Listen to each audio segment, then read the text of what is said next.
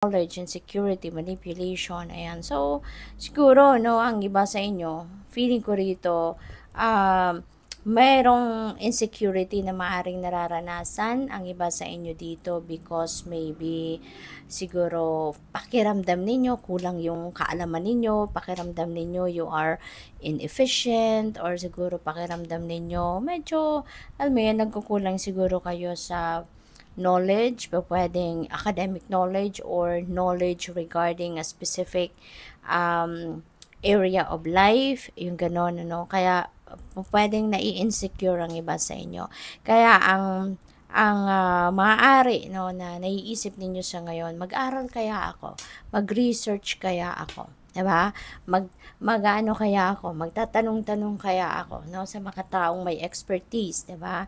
Sa kung ano man ang bagay na 'yan na sa tingin ninyo meron kayong kulang, no, pagdating sa impormasyon or kaalaman regarding that something na 'yan, no? So pwedeng ganun ang ganap dito.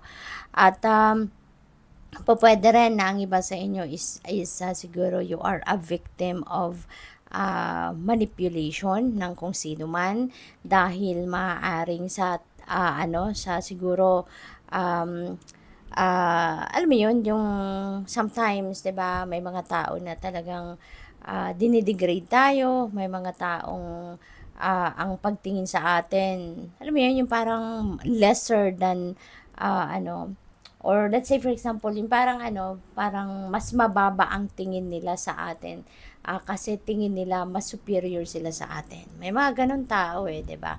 Kaya maaaring may sitwasyon ganon ang iba sa inyo, kaya minamanipulate kayo, no, ng ibang tao. Kaya siguro ito rin yung nagiging ninyo, ito rin yung nagiging motivation ninyo na mag-aral, na mag-research para mas marami kayong alam, mas marami kayong impormasyon na malaman, matutunan regarding a specific area, 'di ba? Sa buhay ninyo, para may panlaban ka, 'di ba? Para hindi ka nila maliitin na akala nila, 'di ba, hindi mo matututunan, or akala nila hindi mo maiintindihan because you don't have the expertise on that area, no? So pwedeng 'yun ang ganap dito, kaya ikaw ay magpupursigi na mag-acquire ng additional knowledge, no, sa kung ano man ang bagay na yan.